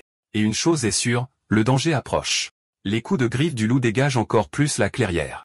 Aucun arbre ne peut résister à cette force, et plusieurs d'entre eux ont été abattus. Notre protagoniste a de justesse esquivé ce qui aurait été un coup fatal. Cette attaque était imprégnée de pouvoir élémentaire. Il ne peut pas encore s'en défendre. Toute cette énergie recouvre le corps du loup boss alors qu'il se prépare à attaquer à nouveau. Grâce à cette amélioration élémentaire, notre protagoniste doit être très prudent. Le problème est qu'il tient une épée cassée. Se souvenant qu'il a le système de son côté, il a envisagé la possibilité d'apprendre une technique au lieu de simplement l'analyser. Du moins, c'est ce qu'il a fait avec la figurine de tortue. Il est temps de mettre son hypothèse à l'épreuve. Il a donc demandé au système si vous pouviez apprendre la technique en temps réel. La commande a été reçue immédiatement, et les éléments de la lumière argentée du loup sont en cours d'absorption. L'ami de notre protagoniste regarde le combat, désespéré. Le grand loup est sur le point d'utiliser à nouveau sa magie, mais maintenant notre protagoniste la comprend complètement. Un barrage massif d'attaque est déclenché dans la clairière. Notre protagoniste observe attentivement ce qui s'est passé. Un grand bouclier apparut devant ses yeux. C'était le playboy qui avait rejoint la bataille. Il est soulagé qu'il soit encore en vie, mais ils ne peuvent pas sous-estimer la force de la créature. Grâce à ces quelques secondes, notre protagoniste a pu apprendre la technique. Drôle, non? Un gars aux cheveux gris qui apprend des techniques d'électricité. Je me demande de qui il l'a appris. N'est-ce pas? Le playboy avertit désespérément que son bouclier ne durerait pas beaucoup plus longtemps. Les dégâts sont tout simplement absurdes. S'ils ne font rien, ils vont certainement mourir ici puisque le loup est déterminé à faire un repas d'eux. Notre protagoniste atteignit le sommet de sa colère. Il ne permettra pas à son ami de continuer à se battre dans une bataille désespérée, et montrant la foudre dans ses mains, il a averti qu'ils ne sont pas inoffensifs dans ce combat. Il est temps de retourner en ville vivant. Notre garçon est beaucoup plus fort et beaucoup plus rapide. Une autre caractéristique que les bêtes et les éveillés partagent dans ce monde est que s'il y a une compatibilité élémentaire, ils peuvent développer des capacités intéressantes. Il existe 5 éléments, étoiles, électricité, centre, nuages et fleurs, chacun ayant ses propres caractéristiques. Pour obtenir des capacités plus stables, les humains ont fait des recherches approfondies. Mais après de nombreuses expériences, ils ne sont parvenus à aucune conclusion. Grâce à la capacité du système, notre garçon reproduit la compétence du grand loup. Et en regardant en arrière, le playboy pouvait voir que notre protagoniste reproduisait la même technique. Il est vraiment impressionnant qu'il l'ait appris à un moment aussi critique. Notre protagoniste a dit que c'était de la chance. Les éléments autour de lui sont juste compatibles avec cette composition. Même s'il a appris cette technique, la différence d'attributs entre lui et le loup est toujours absurde, et le bouclier du playboy ne durera pas beaucoup plus longtemps. En quelques secondes, la barrière a été complètement brisée par l'attaque du loup. Notre protagoniste se précipite pour aider son ami qui est gravement blessé. Il tousse, la poitrine tiraillée par la douleur. Grâce à cette attaque, ses statistiques ont été réduites de 60%, ce qui inquiète beaucoup notre protagoniste. Et devant eux se dresse un loup furieux, prêt à mettre fin au combat. Avec son épée renouvelée, notre garçon aux cheveux gris a promis qu'il mettrait fin à cette bataille. Les coups du loup arrivent, mais grâce à l'aide du système, il peut voir la trajectoire de l'attaque. L'esquiver ne sera pas difficile du tout puisque notre garçon connaît le chemin exact de chacun de ses coups. Et maintenant, il utilise son propre pouvoir pour se défendre, l'empêchant, lui et son ami, d'être vaincus. Le loup, en revanche, reste assez furieux. En frappant le sol, il a délibérément soulevé de la poussière pour bloquer la vue de son ennemi. Malgré cela, le système l'informe des attaques qui approchent. Notre garçon a agi rapidement, quittant sa position. Il a réussi à esquiver 2 coups de griffe fendant l'air. Cependant, il a failli se faire une nouvelle coupe de cheveux. Après être tombé au sol, il a commencé à repenser sa stratégie. Il est temps pour lui d'attaquer la créature. Il réussit à frapper le visage du loup avec l'un de ses coups. Malgré cela, la créature reste enragée. En regardant le combat, le playboy n'arrive pas à croire que notre protagoniste soit devenu aussi. Il reste pratiquement impassible face à une créature aussi puissante. Alors que le combat s'éternise, il se rend compte que la consommation d'énergie des compétences élémentaires est vraiment intense, et sa capacité à récupérer cette énergie n'est pas aussi bonne que celle du loup. Plus le combat dure, plus il devient compliqué. Notre protagoniste a réalisé qu'il devait recourir à sa dernière option. De nombreux éléments se rassemblent autour du grand loup, et le système a dit au garçon d'être en alerte. Il essaie vraiment de mettre fin au combat maintenant, donc il n'y a pas d'autre choix. Le pouvoir démoniaque a finalement été activé, et l'enfer fait attention à notre garçon. Plusieurs avertissements du système l'informent que l'enfer essaie de prendre le contrôle de ses actions, et maintenant notre protagoniste est dans un état de fureur. Son pouvoir a augmenté absurdement, et son contrôle sur les éléments est tout simplement phénoménal. Face à cela, il n'y a rien que le loup puisse faire. Il essaie d'attaquer, mais notre protagoniste est beaucoup plus fort. Le coup de sa lame surpasse complètement l'attaque du loup. Réalisant cela, il a compris qu'il serait bientôt dans un cercueil. Dans la seconde suivante, la tête du loup disparaît, et d'un seul coup, la bataille est terminée. La lame de notre protagoniste était capable de trancher à travers des montagnes. Après cette unique frappe, son pouvoir est revenu à la normale. Le playboy a regardé tout cela depuis la touche et est complètement sans voix. Il observe attentivement les énergies mystérieuses entourant le corps de notre garçon. Le système signale que son état mental est compromis et que le pouvoir démoniaque a été supprimé de force. Notre garçon ne s'attendait pas à recevoir un tel coup de pouce intense. Sans le système, il aurait perdu le contrôle. Il a également été informé que l'enfer est très satisfait de cette performance et lui a laissé une marque. Notre garçon ne prévoit certainement pas d'utiliser à nouveau ce pouvoir à l'avenir. Puis le playboy s'est approché de lui. Avec un sourire sur son visage, le jeune homme a dit que tout allait bien. Il a juste utilisé trop de son pouvoir élémentaire et est maintenant un peu épuisé. En regardant l'horloge, il réalisa qu'il était presque 11 heures et qu'il y avait un long chemin à parcourir. Malheureusement, la collecte des matériaux de la créature prendrait trop de temps, il devrait donc l'abandonner. Mais ses amis ont pris la parole. Il resterait et collecterait tout. Après tout, ils devaient s'entraider. Une créature comme celle-ci détient de nombreux trésors, c'est pourquoi le corps ne pouvait pas être abandonné. La vérité est qu'il n'avait jamais imaginé que notre protagoniste était si fort. Il pouvait définitivement continuer seul. Il n'avait besoin d'aucune aide. Notre protagoniste était un peu inquiet pour son ami, mais le playboy a dit qu'il ne travaillait pas gratuitement. Il avait également entendu dire que la viande du loup était délicieuse. Alors il lui a dit de se dépêcher et de s'occuper de ses affaires en ville. Enfin, il pouvait se concentrer sur ce qui était le plus important. Bientôt, il était à la périphérie de la ville.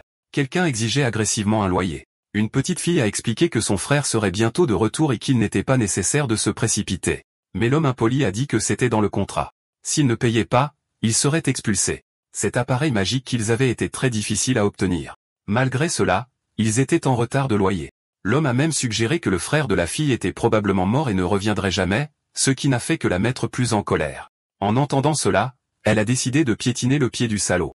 Bien fait pour elle. Il y avait une chose qu'elle ne tolérerait pas, que son frère soit insulté juste devant elle. Furieux, l'homme était prêt à lui donner une leçon, mais d'autres personnes sont arrivées à ce moment précis. Enfin, la date limite avait été atteinte. Il était temps de tous les expulser. Tout le monde ne pouvait pas utiliser des appareils comme celui-là. Soit ils paient le loyer, soit ils sont expulsés de la ville, et il était temps pour ces gens de faire leur choix. La pauvre petite fille était très intimidée par la présence de tous ces gars. Et le vieil homme au fond de la pièce continuait juste à boire paisiblement.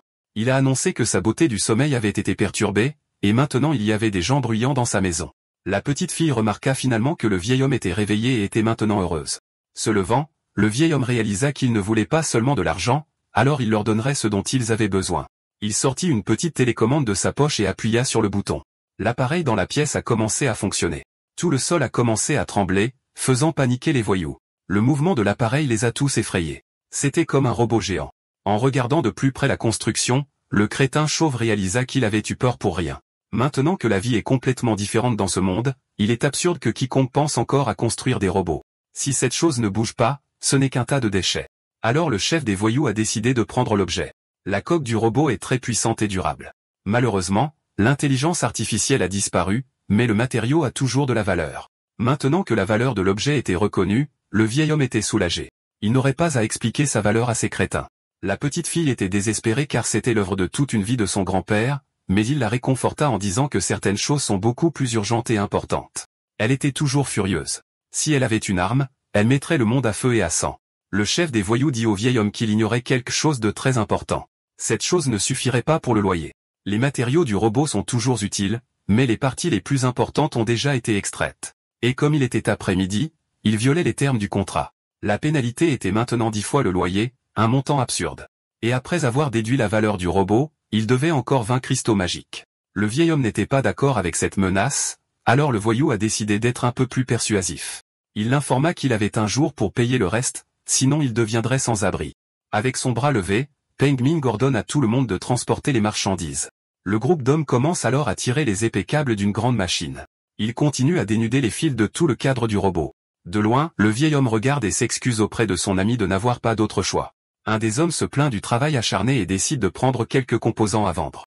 Mais Seoxio l'arrête, lui disant d'arrêter car cela ne faisait pas partie de l'accord. L'homme la pousse violemment, affirmant qu'il prendra ce qu'il veut et lui disant de ne pas s'en mêler. L'impact fait tomber la fille au sol. Pendant ce temps, un autre voyou annonce que c'est le dernier câble d'acier, et le câble se casse finalement. Il réalise que le robot est sur le point de tomber juste sur la fille. Le vieil homme crie son nom. Elle lève les yeux. Quelqu'un se précipite vers elle à grande vitesse, puis la lourde machine entre en collision avec le sol. Liu Wei émerge de la poussière en tenant la fille qu'il appelle frère. Il s'excuse d'être en retard et lui demande si sa blessure fait mal, mais la fille répond que non et s'excuse de ne pas avoir protégé leur maison. Il lui dit de ne pas se sentir mal en l'assurant qu'elle a fait du bon travail et qu'elle peut lui laisser le reste à distance. Serki commente que cela facilite les choses. Pan Ming confronte le jeune homme en exigeant qu'il paie la dette de sa famille et qu'il remette les cristaux magiques. Il fixe le groupe d'hommes. L'un d'eux demande ce qui le regarde, intimidé par son regard. Le jeune homme dit à la fille de reculer, et elle lui demande de faire attention. Il active ensuite son analyse universelle sur les hommes devant lui. L'analyse révèle que la plupart d'entre eux ne sont que des inconnus devant eux. Le jeune homme offre un sac en disant que les cristaux qu'ils veulent sont à l'intérieur, mais que blesser sa famille ne se terminera pas bien pour eux. L'homme essaie de saisir le sac en déclarant que les déchets devraient connaître leur place. Il le regarde en retour avec un sourire narquois, mais il reçoit un coup de genou au visage. Le coup de genou brise une des dents de l'homme. Ensuite, Liu y saute dans les airs, criant que ce coup de pied est pour Shivaxio. Son pied entre en contact directement avec le visage de l'homme. L'agresseur tombe alors que le jeune homme atterrit parfaitement. Un des acolytes se met en colère, l'accusant de les avoir trompés, et ordonne aux autres de lui donner une leçon. Mais il charge le groupe, les avertissant qu'ils devraient d'abord s'inquiéter d'eux-mêmes. Il se déplace rapidement parmi eux, les frappant tous en même temps.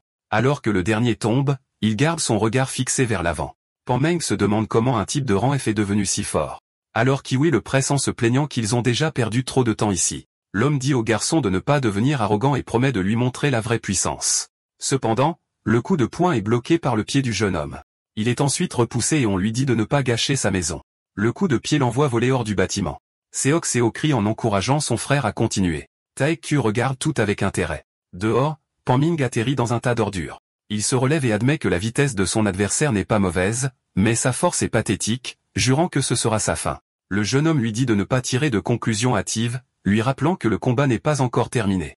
Avec un regard déterminé, il déclare qu'il réglera tous les comptes anciens et nouveaux aujourd'hui. Un flashback montre Peng Ming et ses hommes de main harcelant Liu Wei dans le passé. Même au sol, le garçon montrait déjà la détermination de se libérer. Dans le présent, il manie une épée d'énergie. Peng Ming se moque de l'arme, l'appelant une épée cassée et disant que son coup le plus fort est une blague. Taki regarde le combat, posant son menton sur sa main. Inquiète, Shiroxio crie qu'ils peuvent encore s'échapper si son frère ne peut pas le battre. Avec son armure activée, Pan Ming affirme que sa défense est de premier ordre et promet de faire ressentir à son adversaire une vraie douleur. Le jeune homme répond que se battre de près n'a jamais été son intention, mettant en colère son adversaire, il lance ensuite une attaque à distance avec son épée. Le coup frappe directement l'armure de Pan Ming. Il ressent l'impact et chancelle. L'attaquant continue de déclencher une série de frappes.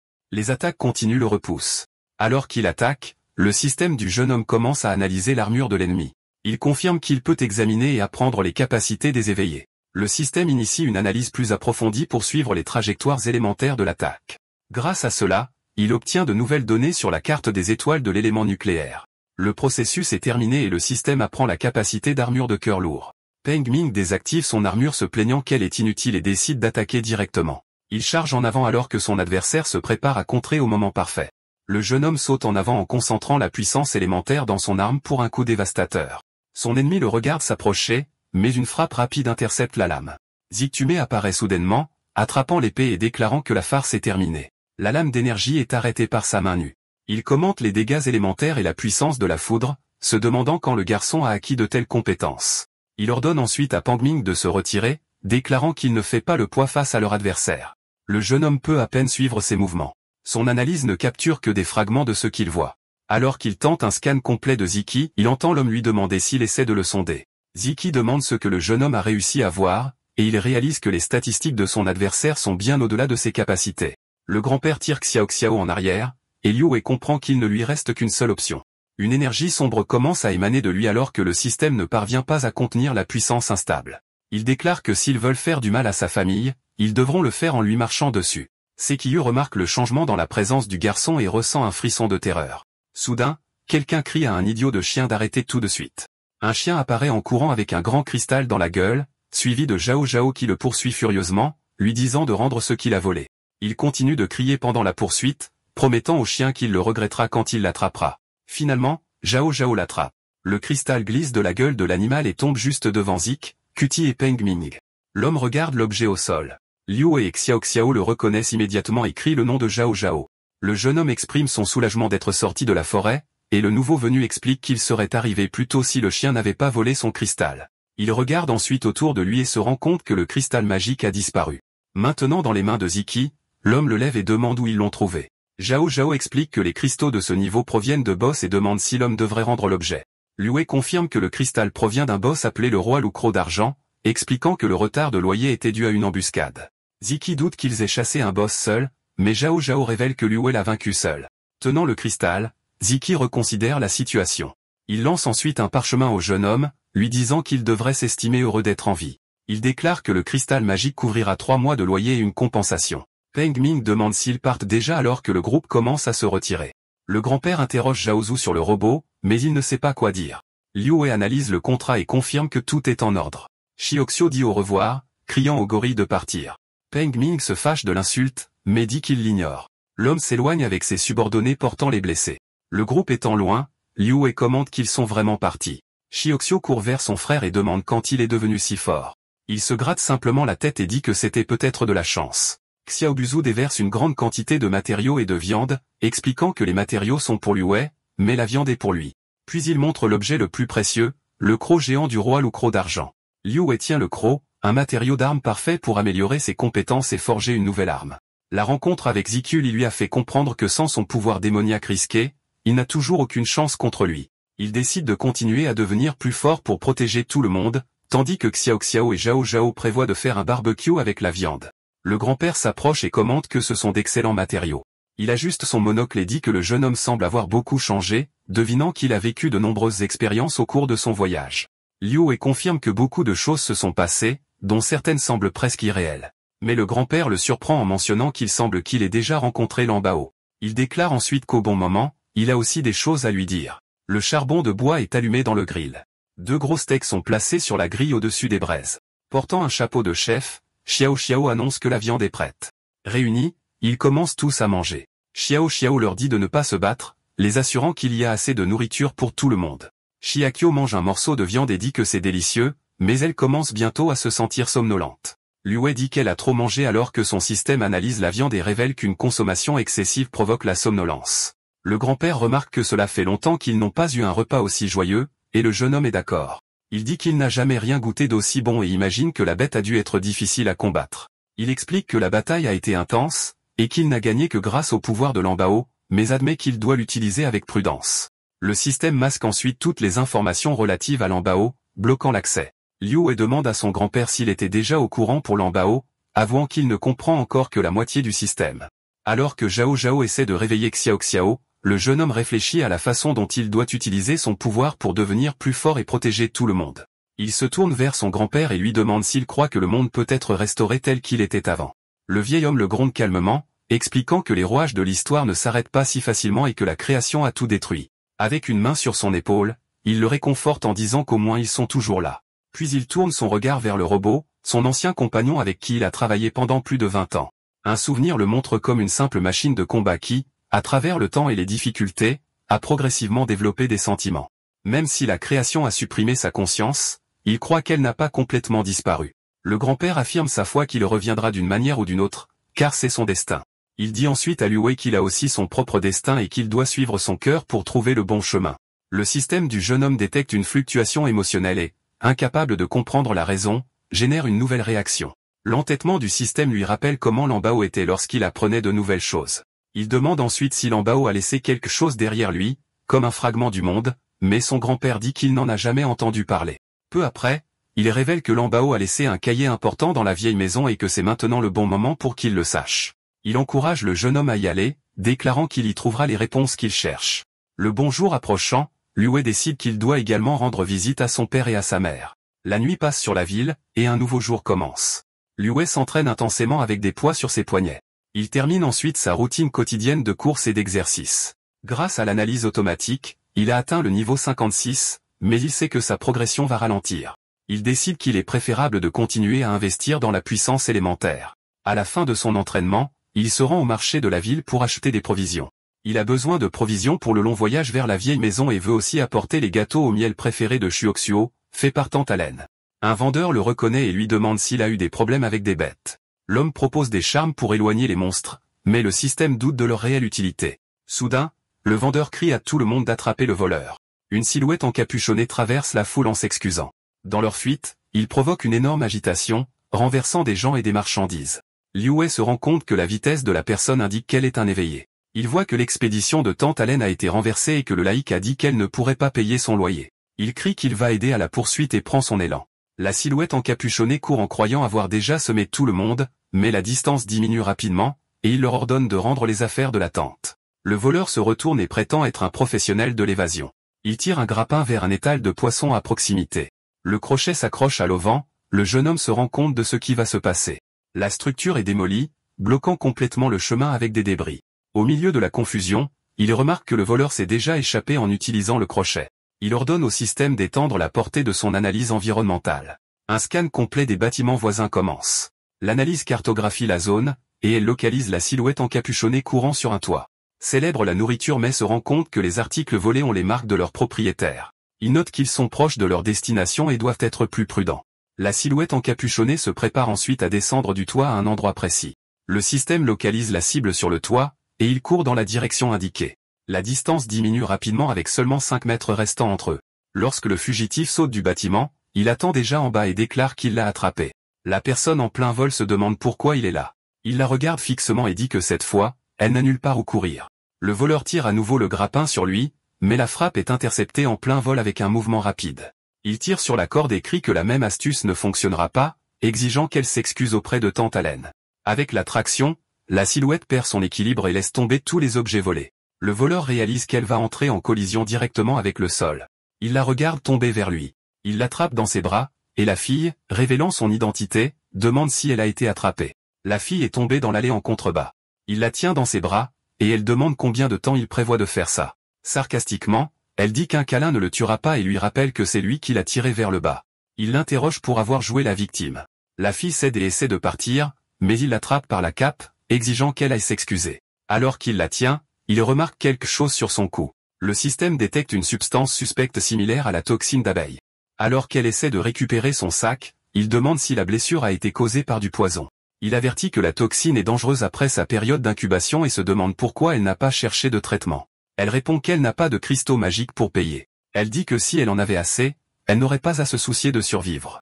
Ramassant le pain du sol, elle affirme qu'elle ne peut même pas se permettre ça, encore moins un traitement. Elle explique qu'elle a essayé de rejoindre une équipe mais a été rejetée pour avoir une très faible puissance d'attaque.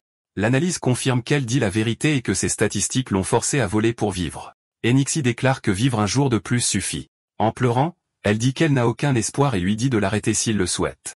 Il lui offre quelques cristaux pour le traitement, lui demandant seulement de promettre de ne plus voler. Une voix crie au loin, annonçant qu'ils sont venus l'aider. Alors qu'il rappelle qu'il est par là, la fille utilise la distraction pour s'échapper rapidement. Il se retourne et lui dit de partir si c'est ce qu'elle va faire. Elle disparaît à grande vitesse, lui faisant remarquer qu'elle est plus rapide qu'un lapin. De retour au marché, le vendeur se demande pourquoi l'amulette pointait vers cet endroit puisqu'il n'y a personne autour. Tante Allen le remercie d'avoir récupéré les gâteaux au miel, expliquant que c'était la dernière commande requise par Ziki. Entendant le nom, il réalise que Ziki est à nouveau impliqué. À distance, la fille regarde tout depuis un toit. Tenant les cristaux, elle remarque que les hommes simples sont faciles à duper et que le paiement n'est qu'un pourboire supplémentaire. Le système annule l'un des effets et restaure son panneau d'état. L'analyse révèle sa véritable identité en tant que l'assassin corbeau noir utilisé réussir maintenant complètement remis du poison. Elle se demande comment il a réussi à la rattraper car elle avait enquêté sur tout le monde dans la ville et n'avait trouvé personne avec de telles capacités de détection. Soudain, elle reçoit un appel mystérieux et réalise que c'est son patron.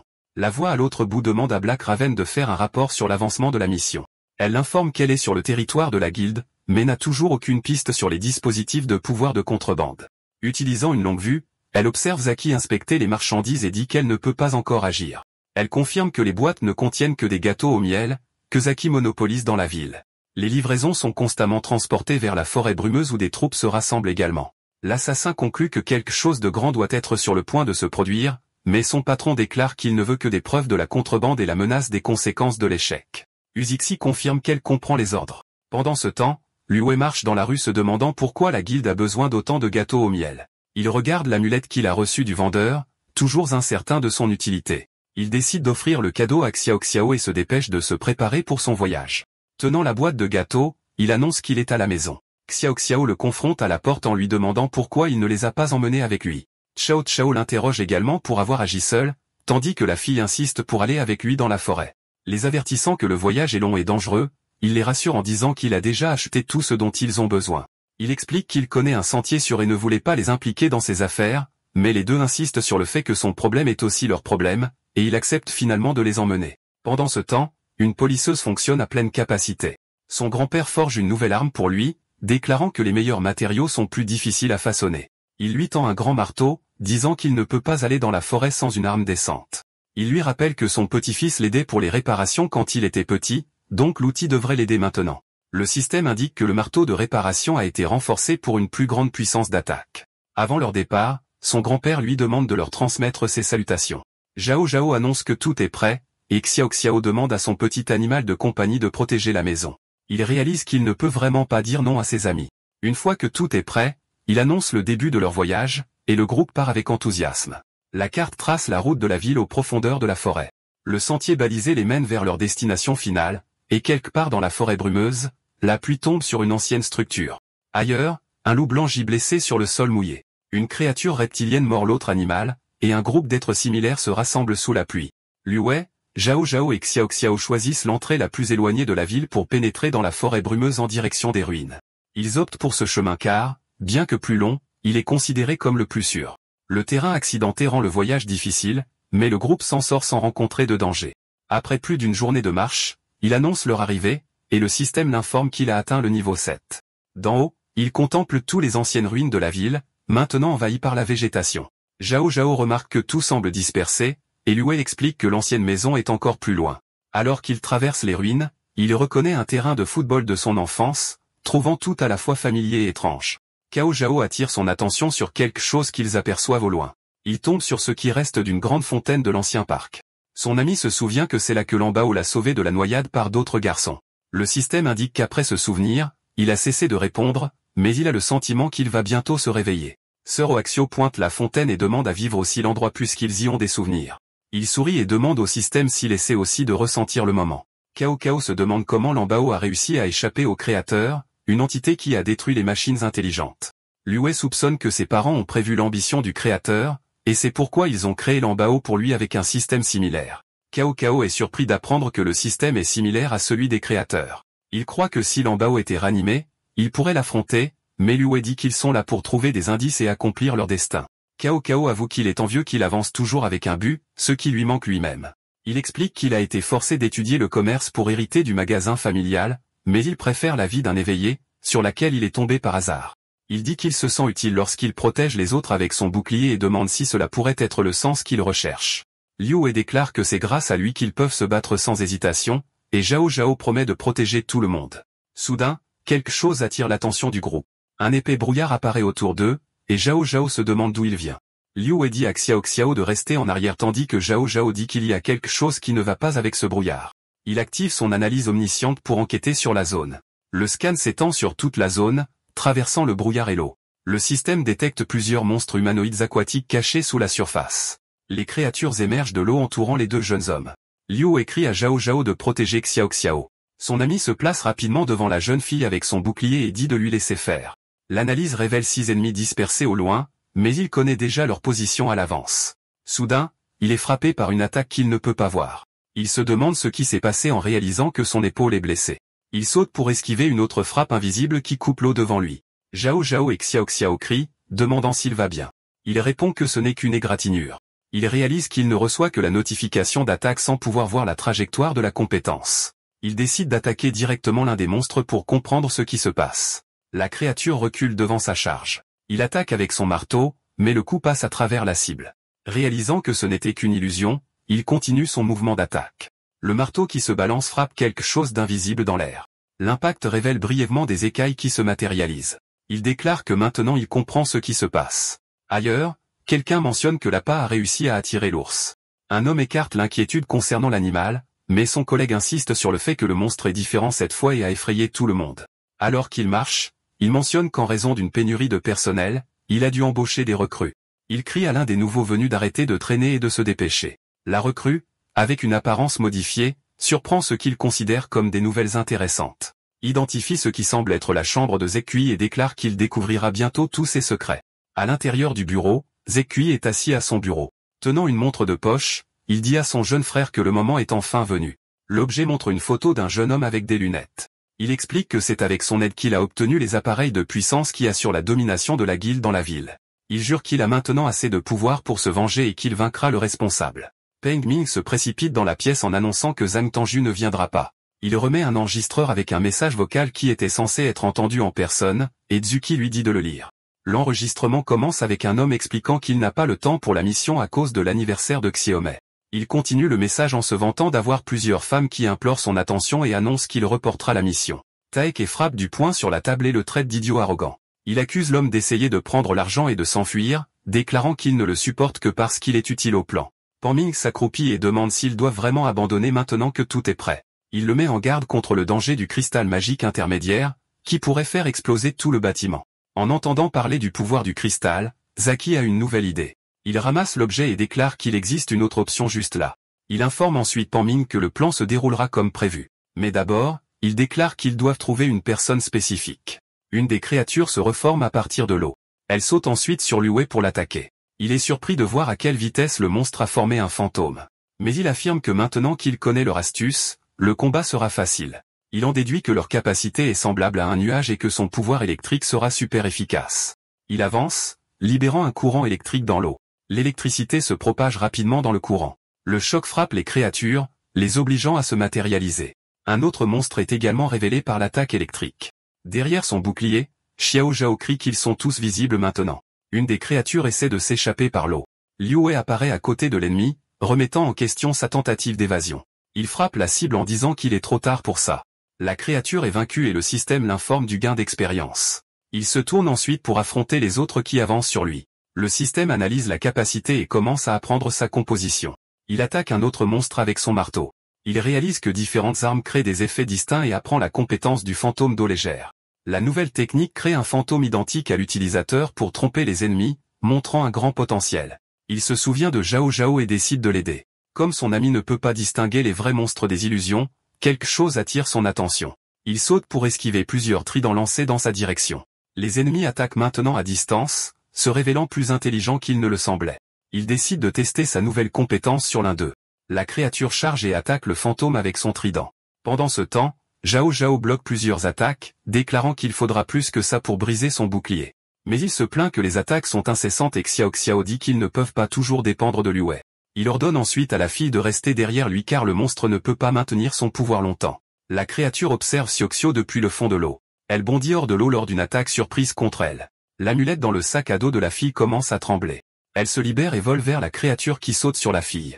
Xiao Xiao regarde la scène, ne comprenant pas ce qui s'est passé. Liu Wei et Xiao Xiao sont également surpris par l'action. Le monstre est renvoyé dans l'eau, étourdi par l'impact. Liu Wei est furieux qu'ils aient osé blesser Xiao Xiao. En avançant, il dit qu'elle doit chercher la bagarre. Il écrase rapidement la créature avec un coup puissant de son marteau.